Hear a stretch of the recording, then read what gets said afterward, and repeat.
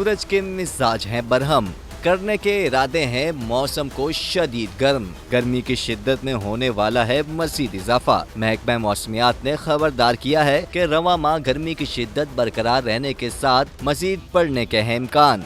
मुल्क के बेशतर इलाकों में मौसम गर्म और खुश्क, जबकि जुनूबी इलाकों में शदीद गर्म रहेगा।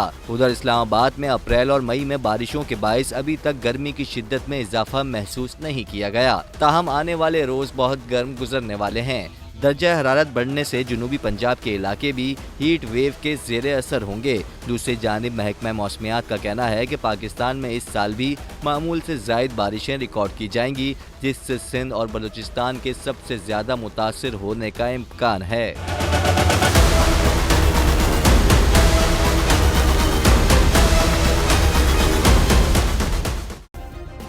सब्सक्राइब करें और बेल दबाएं ताकि कोई खबर रह न जाए।